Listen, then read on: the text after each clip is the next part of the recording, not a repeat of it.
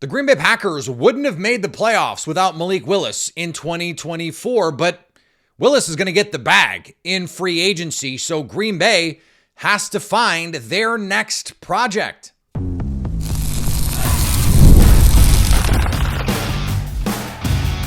You are Locked On Packers, your daily Green Bay Packers podcast. Part of the Locked On Podcast Network, your team every day. You are Locked On Packers, part of the Locked On Podcast Network, your team every day. I'm Peter Bukowski, and I cover the Packers for The Leap, a newsletter I would love for you to subscribe to. Follow the podcast wherever you get podcasts, iTunes, Spotify, Google, wherever you get podcasts, you'll find Locked On Packers, the number one Packers podcast on the internet, and the show for fans who know what happened. They want to know why and how. Thanks to everyone who makes Locked On Packers their first listen every day. We hope you like starting your day with us as much as we like starting our day with you here on the Locked On Podcast Network, the number one sports podcast network. This is the Malik Willis episode because I have been on 2 Locked On shows already talking about where Malik Willis could sign. Cleveland wants him. Minnesota wants him. It seems like the Dolphins also want him, which means the Packers are in all likelihood not going to have him. And Malik Willis has been an integral part of this team ever since he arrived. Maybe they beat Tennessee and Indy in 2024 with a different backup quarterback. They were not going to do it with Clayton Tune. Now, maybe they wouldn't have had Clayton Tune, but is Sean Clifford going to win those games? Probably not. So having one of, if not the best backup quarterbacks in the NFL was hugely valuable to the Green Bay Packers. And I have been someone who has regularly said, I just don't care. I just don't care about backup quarterbacks. Because if you're a team built around your quarterback, playing your backup quarterback means that you're, rightly probably screwed, right? Except what Malik Willis has shown me and what Malik Willis has radicalized in me is the idea that a running quarterback as your backup is the only way to do this. Because let's say you're Jordan Love and you run this offense at a top 5 level in terms of efficiency, regardless of what you think of Jordan Love in a vacuum, his quality, right? You're going to bring a backup quarterback in and he's going to be like at best, like the 38th best quarterback in the NFL and at best, the 25th or 28th best quarterback to run that specific system in the NFL. That's not a good formula to try and win a football game unless your defense and your run game is good enough to single-handedly win you the game. And maybe the Packers will be that in 2026. But let me tell you, they weren't that in 2024 and they weren't that in 2025. And their run game did in 2024 win them 2 games.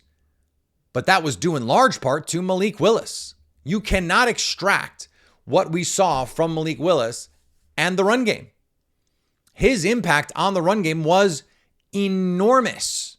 Not just in the ways he contributed to it directly, but indirectly. Watch the Baltimore Ravens. I'm not saying Malik Willis is Lamar Jackson, but one of the reasons that run game is so good, despite the fact that they do have some offensive line inconsistencies and some clear weaknesses, much like the Packers.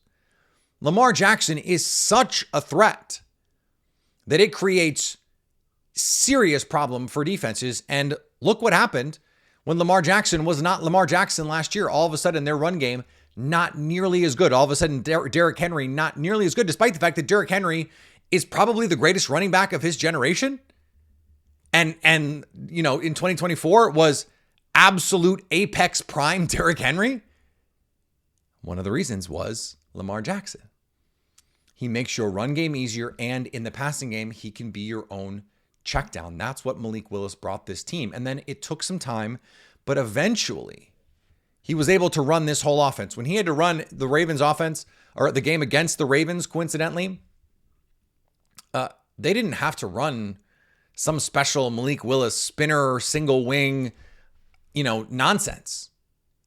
They just ran the Packers offense. And he was able to buy time, create with his legs, designed runs, but also not designed runs. You think back to the Jacksonville game.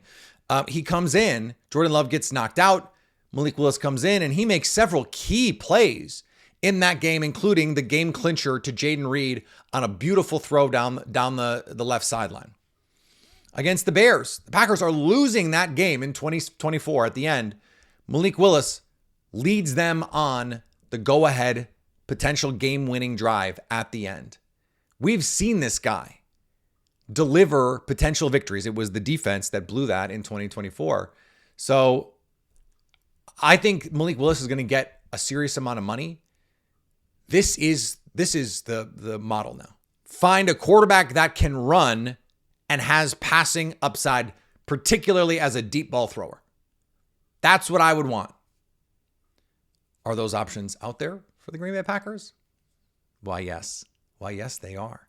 And we're going to talk about them next. If you've ever hired someone who looked good on paper but wasn't the right fit, you know how important that fit part is. When you want candidates who truly match what you're looking for, trust Indeed sponsored jobs.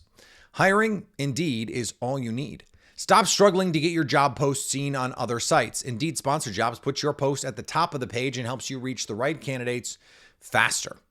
Instead of struggling to get your job post seen, Indeed sponsored jobs helps your listings stand out and reach quality candidates faster. According to Indeed data, sponsored jobs posted directly on Indeed are 90% more likely to report a hire than non-sponsored jobs. Spend more time interviewing candidates who check all the boxes with less stress, less time, and more results using Indeed sponsored jobs. Listeners of this show get a $75 sponsored job credit to help give your job the premium placement it deserves at Indeed.com/LockedOnNFL. Just go to Indeed.com/LockedOnNFL right now and support the show by saying you heard about Indeed on the podcast. Terms and conditions apply. Hiring, do it the right way with Indeed.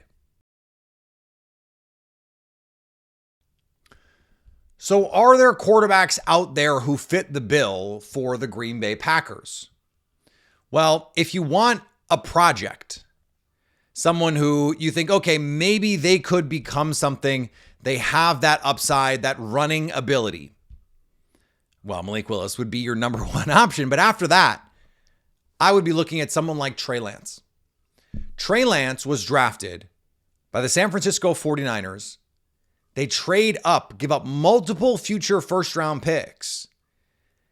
And Trey Lance was going to be the heir apparent to Jimmy Garoppolo. He was the quarterback they picked to say, we don't think our quarterback is talented enough. We need someone who can do more inside this offense. And that was Trey Lance. Trey Lance was someone that I absolutely loved in that draft class. And we don't know how Brian Gutekunst feels about Trey Lance, but GMs, front office folks, scouts, they hold on to those priors. And it would be easy to say he didn't get a fair shake in San Francisco. Then he got hurt multiple times. He goes to Dallas. That was kind of a nightmare. Goes to LA. That was kind of a nightmare. But those were not exactly ideal situations for his development. Maybe in Green Bay, where they know exactly how to use a kind of player like Trey Lance. Not quite as explosive as Malik Willis, doesn't quite have the arm strength of Malik Willis, but similar in terms of the traits and the play style, I would say. And again, started his career in San Francisco, so you're talking about a lot of the same concepts, a lot of the same basic principles as what this Packers offense is going to be. Can you tighten up some of the mechanics? And in a one-off situation, can he do some of the things with his legs? Can he create some explosive plays down the field? This is a Packers offense that is built to create explosive plays. We talked about this at the top yesterday. Christian Watson, Matthew Golden, Tucker Kraft, Jaden Reed, their ability to win down the field is what separates them from other players and what separates this offense from other offenses around the league. He is the kind of buy low that I think the Packers could be interested in. And it would cost like the veteran minimum, basically. Like I think you could get him for like $2 or $3 million for nothing. And he's still young. He's 25, turning 26 this year. Malik Willis is 26, turning 27 this year. So basically, you're getting him a year later than you got Malik Willis before him. And by the way, Trey Lance had some appealing plays as an NFL player. He made some throws when you went, oh, wow. And Malik Willis in Tennessee looked like a non-NFL player too. And he was someone that Mike Vrabel just said, we're done. We're good here. We'd rather start Josh Dobbs off the street than Malik Willis.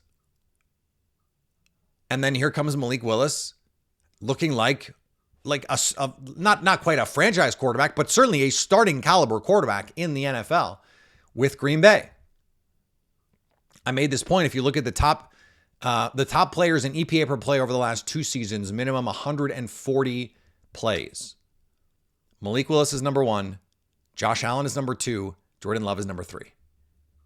Those are the most efficient quarterbacks with at least 140 plays over the last 2 seasons. This offense is designed to generate efficiency. Now, look, so is San Francisco's, but Trey Lance got hurt. And that was one of the big reasons they had to go back to Jimmy G and then had to go to Brock Purdy and all of those things. Trey Lance is someone I would definitely have some interest in. If you wanted to go the more veteran route, Marcus Mariota would be on that list. Now he's going to turn 33 in this upcoming year. And Marcus Mariota played for Matt LaFleur. Like if Mariota wants to go try and win a title, this is your opportunity. Now, maybe he just goes back to Washington. He's sort of the perfect backup for Jaden Daniels, but he is going to be a free agent. I would not be surprised if he was like, hey, you know, what I'd like to do is go somewhere that I can win a title. Maybe he thinks he can do that in Washington. Maybe he thinks that's a better situation for him. But remember, he has played under Matt LaFleur before, and the most efficient season of Marcus Mariota's career was under Matt LaFleur. Now, it's not like at this point Jordan Love needs the tutelage of Marcus Mariota, but it's nice to have a veteran that you feel comfortable is not going to lose you the game.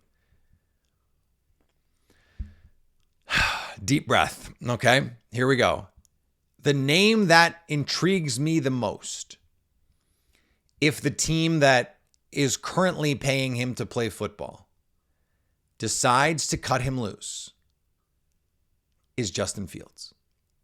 The Jets gave Justin Fields a bunch of money. I think the Justin Fields contract, coincidentally, is going to be the template for any Malik Willis deal. I think Malik Willis is going to get $20+ million a year over 2 or 3 years, precisely because that's what Justin Fields got. And I know Fields had played more football, but that also means he had more bad stuff on tape than Malik Willis did. Just in total sum, just because most of what he did was bad. But we saw him 2 years ago in Pittsburgh play solid football. He wasn't the reason that they went to Russell Wilson. They went to Russell Wilson because they paid Russell Wilson and they felt like he was the veteran that was always supposed to be starting, then got hurt, and then was not able to start the season. They won games with Justin Fields. And I know that Pittsburgh defense was creating a lot of turnovers and it was a lot of nonsense. It was a lot of games where he had 120 yards passing. But how is that different from Malik Willis?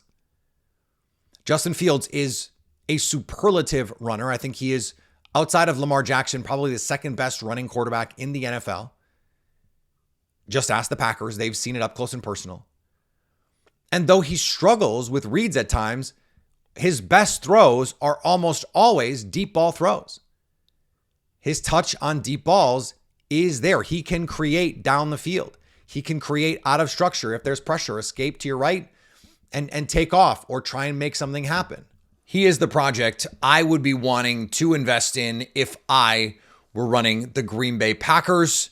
And the Packers are going to have to make some sort of decision here. We also, over at The Leap, have been chronicling over the last couple years. Jason Hirschhorn, America's Guest, and my co-founder over at The Leap, a newsletter I would love for you to subscribe to, has done an outstanding job identifying the kinds of players the Green Bay Packers tend to draft in these situations. That piece will be coming out in the next couple months as we head toward draft season. So if there's someone in the draft who could fit the bill, I think that would be taking a risk.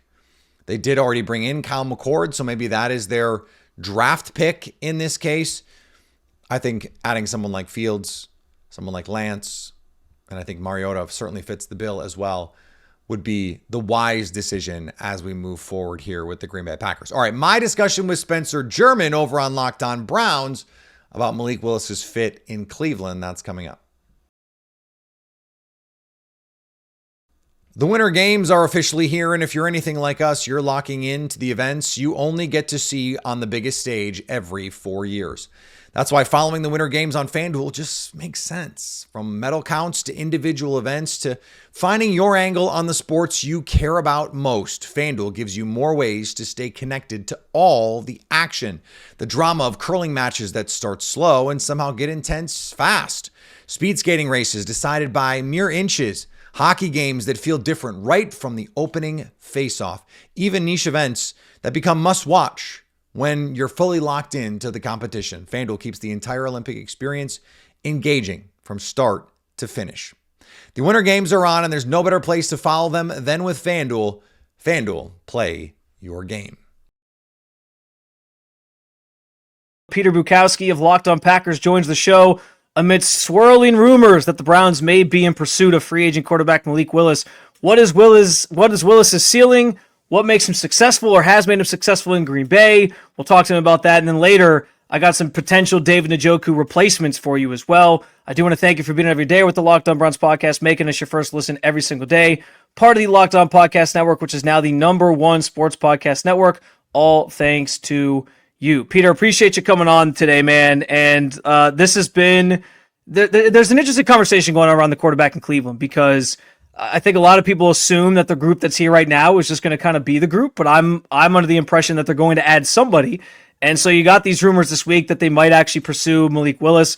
I just want to start with like the evolution of Malik Willis as a player, because we know what he was coming in, kind of a project, leaves the Titans, goes to Green Bay, and all of a sudden there's this quarterback in there that looks like he could maybe be a viable option for some teams. What changed in him going to Green Bay that allowed him to sort of put some good tape out there and now be maybe the most highly touted quarterback in free agency this year? I think if you ascribe to Kevin O'Connell's theory that organizations fail quarterbacks more than quarterbacks fail organizations, if you want to ascribe to that theory, I think Malik Willis is the perfect example, because in Tennessee, based on what I've heard, is Mike Vrabel was never that into the idea of Malik Willis and did not want to deal with the project, did not want to deal with the evolutions and all of them. Like everyone wants to draft and develop a quarterback until it's time to draft and develop a quarterback. It can be a process, as we're seeing with Sam Darnold in the Super Bowl. I mean, how many teams in the NFL gave up on Sam Darnold because he didn't look good enough? Well, he comes to the Packers. And by the way, he looked like a sub NFL player in Tennessee. Like, we have to keep that. Like, no wonder Mike Vrabel was not that interested in him, right? Like, he did not play well at all. There were games where it's like, is he going to complete more than 3 passes in this game? Like, that's how bad he looked. He came to Green Bay, though. The Packers gave up a 7th round pick for him in late August. He had been with the team, I think, 10 days when he has to make his first start in week 2 for a team that was a trendy Super Bowl pick, Spencer. And they go out and they absolutely put it on 2 AFC South teams. They beat the brakes off the Titans and the Colts. And Malik Willis was a huge part of that. And what's really cool about it is if you go back and watch those games, there's one, I don't think he attempted more than like 12 or 15 passes in the game, but they rushed for 250 yards. And it was, let's get in the shotgun single wing, let's run Oklahoma high school football concepts from 1974. And it worked. And his legs are a huge piece of what he can be for any team. It was 3rd and 8 and they're running zone read and he's picking up 15, 20 yards because he's that kind of athlete. I mean, he is right now one of the fastest, like, take Lamar Jackson out of it, he might be the fastest quarterback in the NFL. So there's that piece of it. And then there was an evolution with the passing. When you watched him in 2024, Jordan Love got hurt against the Jaguars. After Jordan Love hurt his MCL, he comes back probably too soon. He's compensating. He hurts his groin.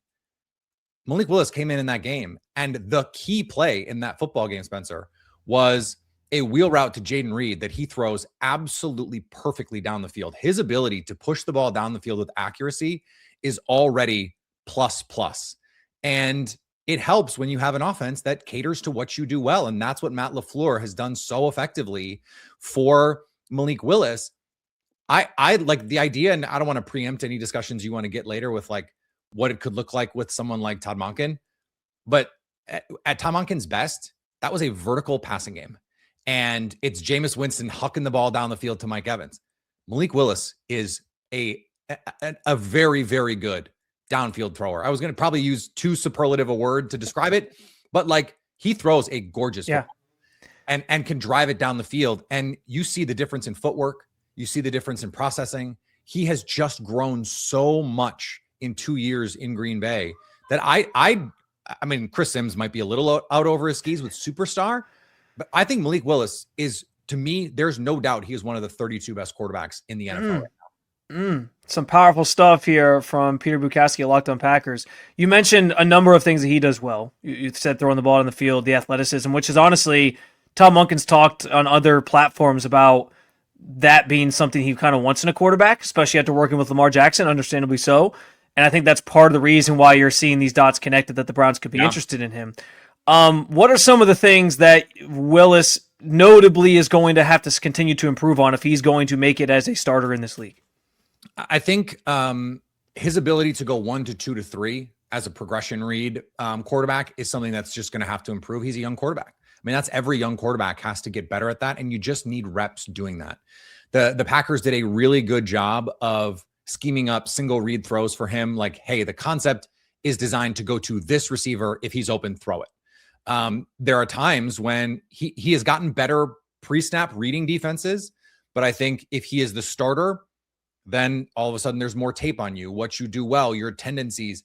He's never had a situation where a team has been able to, throughout the week, have 6, 8, 10 weeks of tape on him. So how do you react when defenses start to take away some of the things that you want to do?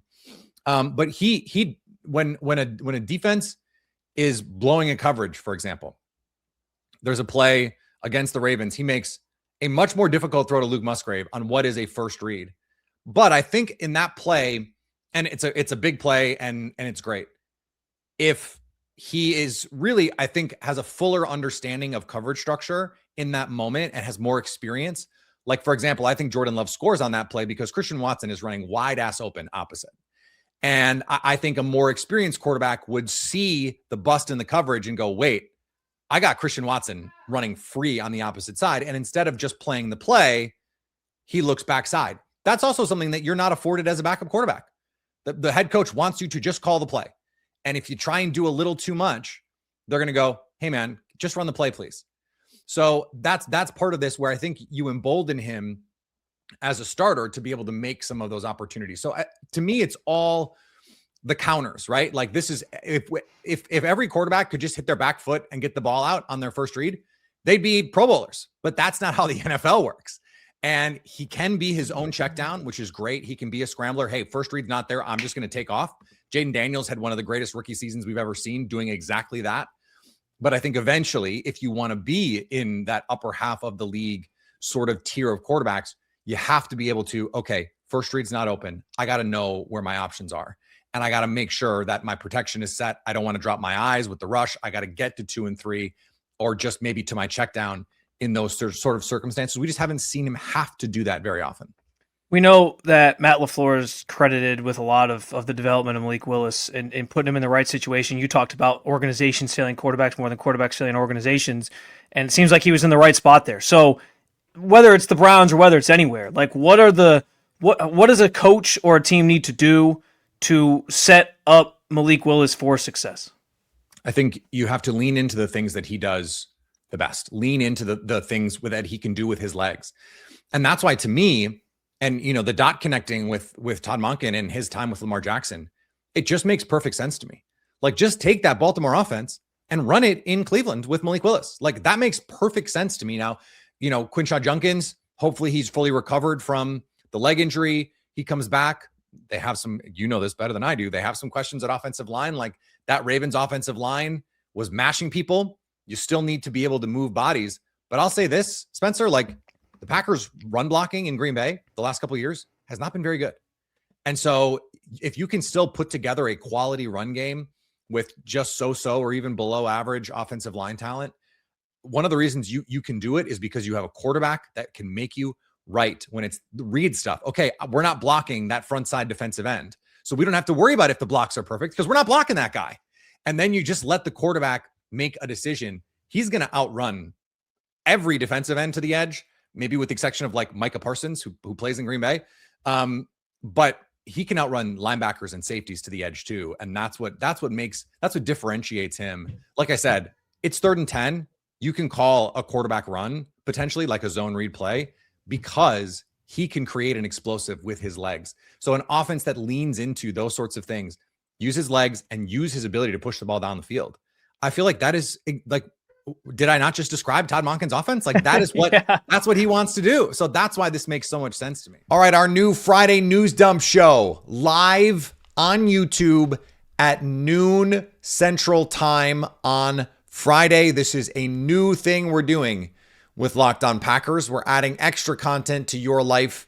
And so if you want to ask some questions, the group chat lit up yesterday when I put the Batman signal out for questions to talk about on our Friday news dump. We're going to have the Locked On Packers Everydayer Club question of the week. And we are going to center most of our conversation on Friday around questions from our Everydayer Club members. We'll also hit some comments from people watching live, which of course you can do if you subscribe on YouTube. If you're watching us on YouTube, come hang out every Friday through the offseason. And then of course into the regular season, we'll be doing the Friday news dump at 1 o'clock Eastern, noon Central Time, noon Lambeau time here on our Locked On Packers YouTube page. And now our new segment, the Sunday OT, Brandon Snide and I, 10, 15 minutes, just a little pick me up, a little jolt, a little espresso on a Sunday for you to get you ready for every big story this off season. Subscribe to the podcast wherever you get podcasts. Subscribe to my content on the social medias, all the socials. You'll find me and the Locked On Packers podcast, putting out clips, having a good time, doing everything to give you every experience, every piece of information we think you need to be the best Packer fan that you can possibly ever want to be, and always stay Locked On Packers.